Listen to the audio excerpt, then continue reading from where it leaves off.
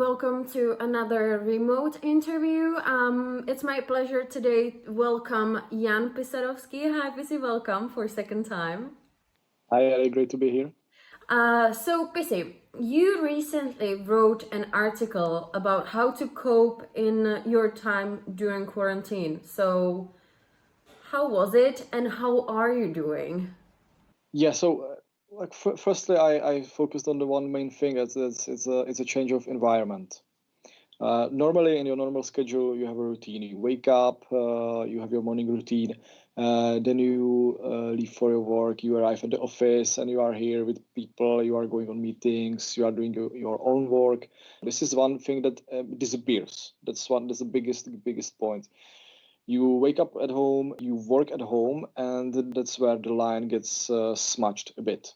So I discussed it with a few of my colleagues. Some of them had trouble switching into the work mode. Some of them had really big trouble to switching off the work mode. For the tip, I basically said it's very important to set a marker, a breakpoint when you start to work at home and when you finish.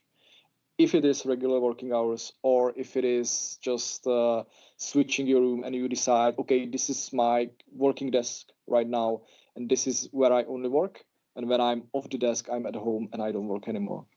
Yeah.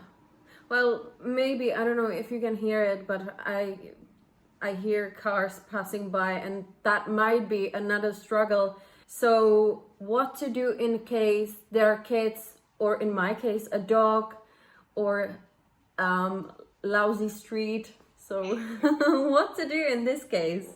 So first of all, you need to be proactive with your colleagues. So let's say on the online call, and you need to tell them, I have these things at home that might be interrupting during the call. I believe we have a great company culture that understands that, and your colleagues will be totally okay with it. And I recall it was basically one of the first emails sent to us from our CEO Paul Dunter, where he addressed this situation. And in one of the paragraphs, he basically mentioned exactly this thing. Please be tolerant to each other, and we will get through this. Yeah, completely agree.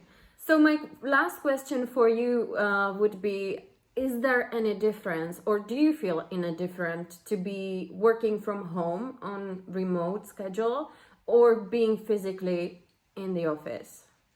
That is one thing that you cannot just replace it, and that is the personal contact with the rest of the team. And without that, basically I see during our meetings, the nonverbal part of the communication is bigger than I thought. And there are lots of things that you can't see just over the voice, and that's why I urge everybody to use a webcam as well, because it helps a bit. And even though it's not the full experience you get when you are in person with the rest of your team in the meeting room, going through the work you've done or planning the next sprint or refining the user stories. Those are the places where you heavily depend on the discussion and the opinions that are being exchanged, and lots of stuff might slip just under the radar, just because you are doing it just over the Teams, and even worse if you are doing it, let's say, without webcam, without the video part of it. We cannot underestimate this situation. It is very serious, and we know that this is something for our safety. And as much as we miss each other, or the normal environment, I think this is very important for us to stay healthy and just to protect ourselves. As you said, it's better to be cautious right now.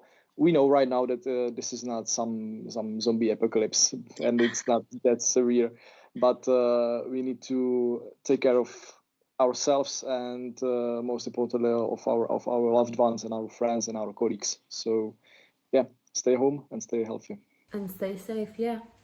Well, Pisi, thank you so much for being online, and thank you guys so much for watching, and I will see you next time.